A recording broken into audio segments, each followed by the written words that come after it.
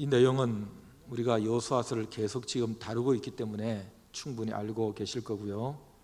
여호수아가 9절에 절규하는 내용이 두 가지입니다.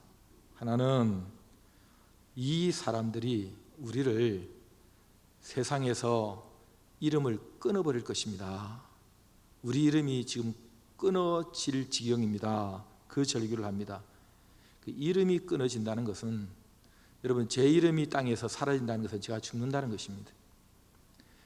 그 이름을 없앤다는 것은 제거한다는 것입니다. 이름은 존재입니다. 그러니 이스라엘의 존재가 땅에서 사라질 겁니다. 이게 여호수아의 절규입니다. 어떻게 사라집니까? 사람들은 죽겠죠. 소유도 다 죽겠죠. 빼앗기겠죠. 그리고 이스라엘이라는 이름, 민족이 땅에서 사라져버리겠죠. 비극적으로. 그러니 지도자인 여호수아에게 이것만큼 더 절실한 외침이 있겠습니까? 별 수 있습니까? 자기도 죽고 자기 가족도 죽을 거고, 그리고 내가 책임지는 이 시대적 책임도 다 감당 못하고 싹 망하고 말 거다. 얼마나 무서웠겠어요. 얼마나 또 슬프겠어요. 이게 여호수아의 마음이었습니다. 그런데 그 다음 절규가 중요한데요. 9절에 나오죠. 주의 크신 이름을 위하여 어떻게 하시려 하나이까. 여호수아가 이름을 두 가지를 얘기합니다. 자기들의 이름이 있고 주의 크신 이름이 있습니다. 주의 크신 이름이 있다는 것은, 이름은 존재라고 했습니다. 주의 크신 위대한 존재가 여전히 계시지 않습니까? 그러면 주의 존재, 주의 이름은 어떻게 되는 것입니까? 그렇게 말하고 있는 것입니다.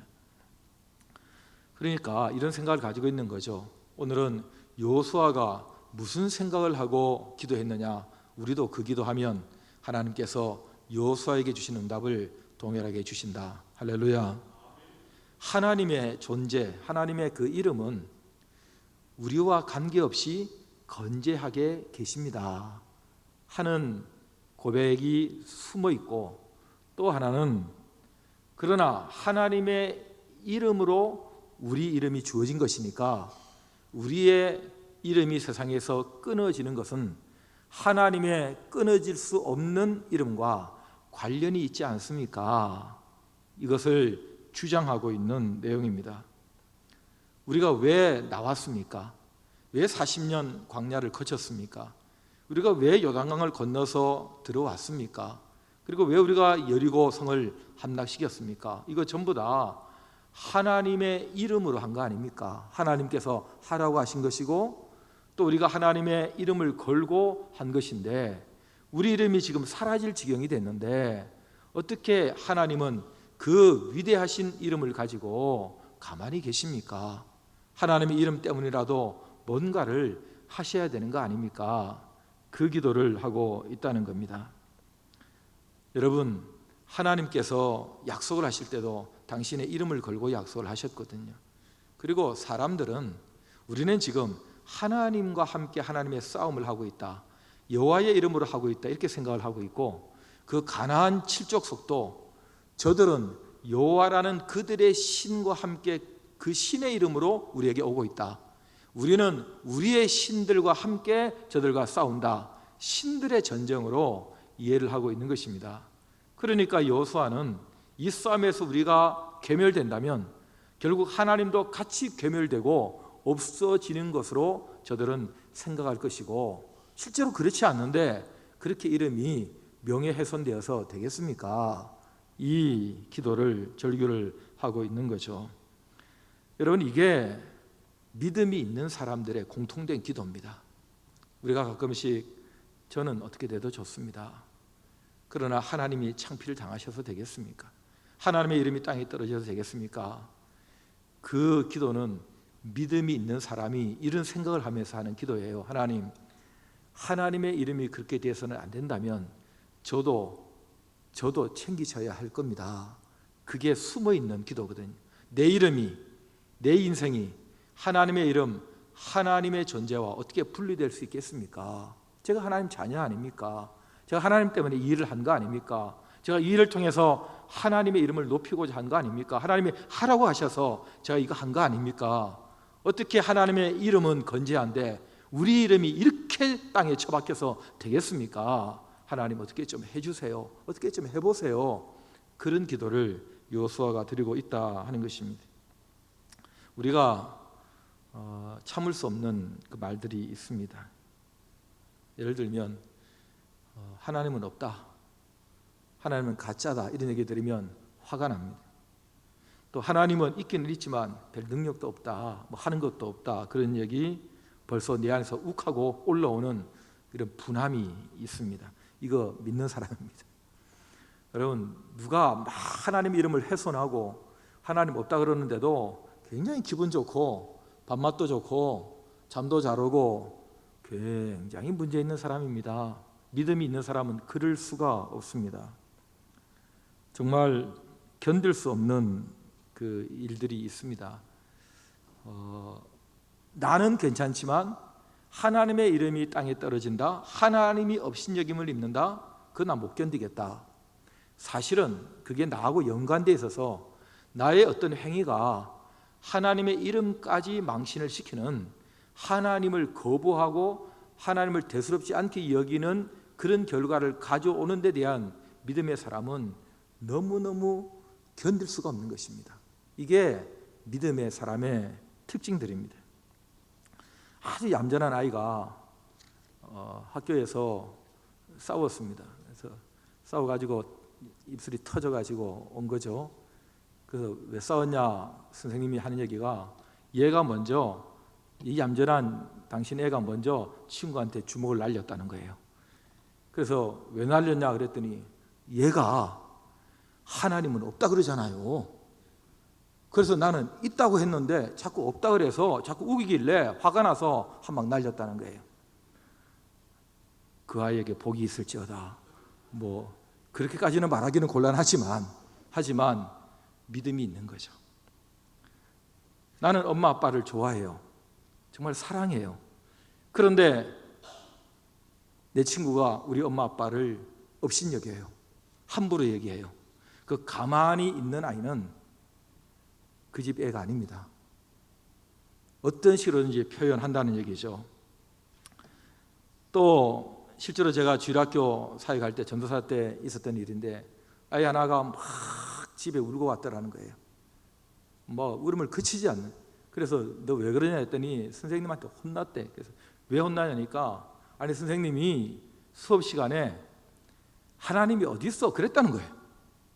그래가지고 손을 들고 하나님이 왜 없냐고, 교회를 안 다니니까 하나님 없다 그러죠 하고 대들었다가 몇 대 맞았대. 그래서 혼나가지고 너무 분하고 억울해서 그렇게 울고 왔다. 그래서 제가 우리 주일학교 선생님들하고 그 학교를 찾아가자 그런 적이 있습니다.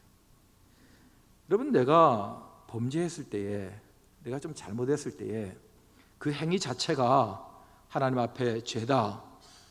그래서 그 죄의 결과, 대가를 치러야 된다는 대한 두려움이 있을 수 있습니다. 하나님이 용서하셨다 하지만은 용서는 용서대로 하시고, 혹시 이 잘못에 대해서 계속 좀 창피를 당하거나 뒤처리를 해야 되거나 그런 일이 있을지 모른다라는 결과에 대한 그런 스트레스가 우리에게 가끔 있을 수 있는데, 그보다 더 중요한 마음 하나가 있습니다. 그 뭐냐면 하나님 앞에 너무 죄송한 거예요. 내가 이러면 안 되는데, 내가 이런 말 하면 안 되는데 하나님 얼마나 안 좋아하실까, 너무 죄송한 거예요. 내가 이런 짓을 하다니. 하나님 앞에 죄송하고 하나님은 어떻게 보실까, 그런 생각이 있는 사람은 믿음이 있는 사람이에요. 그러니 우리의 모든 생각과 행위가 하나님의 이름과 관련되어서 정리가 되고, 하나님의 이름이 더 우선적으로 사람들에게 평가되기를 원하고, 그 다음에 그 따라서 나도 함께 내 이름이 하나님의 이름과 같이 맞물려서 어떻게 살아가야 된다는 기도가 우리에게 나온다면, 정말 이런 사람을 가리켜서 우리는 성경에 많이 나오는 표현 하나 있죠. 하나님을 경외한다, 이렇게 얘기하는 것입니다. 그러니까 하나님을 경외하는 사람은 이런 태도를 취하는 사람입니다. 여러분, 하나님을 아는 사람이죠. 하나님을 아는 사람. 하나님께서 내 이름이 얼마나 소중하고 귀한가를 양보하지 않으시려고 합니다. 십계명 보세요. 다른 신 두지 말라, 다른 신 섬기지 말라. 이게 뭐냐? 여호와의 이름을 망령되이 일컫는 것이다. 내 이름 함부로 망령되이 일컬지 말라 그랬습니다. 오늘도 주 여호와여 이런 표현이 나올 때에 이 주 여호와, 주가 아도나이 그러거든요. 그 다음에 여호와, 아도나이, 여호와 이렇게 되는데, 여호와라는 하나님의 이름을 함부로 불러서 큰일 날까 봐 부르지 않기 위해서 거기다 여호와의 모음을 붙여가지고 아도나이, 아도나이 엘로힘 이렇게 부르기도 하고, 아도나이, 아도나이 이렇게 부르기도 하고, 어떻게 하든지 하나님의 거룩하신 이름에 대해서는 내가 내 생명 바쳐서 지켜내야 된다라는, 그분의 손에 내 모든 것이 있다라는 이 믿음을 가진 사람의 특징이었다는 것입니다. 레위기에 이런 구절이 많이 나오는데 24장 16절에도 나오고, 여호와의 이름을 모독하면 그를 반드시 죽여라. 온 회중이 돌로 그를 치고, 대상은 거류민이든지 본토인이든지 가리지 말고 여호와의 이름을 모독하는 자는 반드시 그를 돌로 쳐 죽여라. 아주 끔찍한 메시지가 담겨 있습니다. 하나님께서는 계속 줄곧 이사야 42장 8절에 나오는데, 내 이름이 여호와다. 여호와는 내 이름이다. 나는 내 이름이 갖는 이 영광을 다른 자에게 내가 받아야 될 찬송을 절대로 우상에게 주지 않는다. 당신의 이름, 당신의 존재가 얼마나 귀중한가를 양보하지 않으십니다. 그러니 그 피조물들이 창조주 하나님의 이름에 모든 것을 걸면 하나님께서는 정말 그 사람 책임져 주십니다. 너가 내 이름을 이렇게 귀중하게 여기니 내가 너의 이름을 귀중하게 여겨주마 그러시는 거예요. 그게 여호수아였어요. 여호수아가 우리가 다 죽게 됐습니다, 우리 이름이 세상에서 끊어진다고요, 거기서 끝나버렸다면 내가 지금까지 애써온 거, 내가 수고한 거, 내가 쌓아온 거 다 무너지게 생겼습니다, 내가 어떻게 살았습니까 하고 자기의 존재, 자기의 생존, 자기의 평가 이런 것으로 끝나버렸다면 여호수아가 아닙니다. 그런데 이 모든 상황이 하나님의 이름과 관련해서 어떻게 되는 것입니까? 이것 때문에 하나님의 이름이 망신을 당하고 하나님의 이름이 세상에서 끊어지면 어떻게 되는 것입니까? 하나님의 이름을 위해서 어떻게 하시겠습니까? 그렇게 나가니까 하나님께서 여호수아에게 뭐라 하십니까? 일어나라. 왜 엎드려져 있느냐? 그러면서 왜 이스라엘이 이렇게 됐는가? 범죄했기 때문이라는 내용을 얘기를 해주세요. 그리고 다시 이렇게 세우십니다. 여러분, 한 사람의 이런 반듯한 기도가 다시 이 나라를 살려놓는 것입니다. 이것이 바로 우리가 읽은 여호수아의 절규고 기도입니다. 여러분, 나중에 이 가나안은 정복되고 여호수아는 계속 그 기조를 유지합니다. 주의 크신 이름을 위하여, 여호와의 그 위대하신 이름을 위하여 이 전쟁을, 이 싸움을, 이 길을, 모든 것을 여호와의 이름에 다 겁니다. 저와 여러분들이 어떤 일을 겪을 때에 좀 안 좋은 일을 겪을 수 있죠. 힘든 일이 있을 수 있죠. 아이고, 어쩌다가 내가 이렇게, 하나님 도대체 뭐 하시는지 모르겠다, 이런 마음을 가질 때가 있습니다. 그러나 여러분, 여호와의 주의 크신 이름은 지금도 역사하고 계십니다. 그리고 겁먹지 마시고요, 내가 이거 할 수 있을까? 주의 크신 이름으로 할 수 있습니다. 이것이 우리가 드리는 기도입니다. 모든 걸 주의 크신 이름에 다 기대면 되는 것입니다. 주의 크신 이름이 가만히 계시지 않을 거야. 내가 자녀인데 하나님께서 나를 책임져 주실 거야. 그 크신 이름 때문에 이거 해결해 주실 거야. 나를 사용해 주실 거야. 이 나라도 책임져 주실 거야. 모든 것을 주의 이름 때문에, 주의 이름을 위하여 이 일이 이루어집니다. 이게 구약 성경의 곳곳에 다니엘까지 이어지는 하나님의 사람들의 기도의 방식이었습니다. 여러분, 나 때문이 아니라 주의 이름 때문에 내 기도가 응답되어지고, 주의 이름 때문에 내 인생은 하나님의 복을 받을 것이고, 주의 이름 때문에 우리의 기도는 응답될 것이고, 주의 이름을 위하여 놀라운 일들은 일어날 것이다. 할렐루야.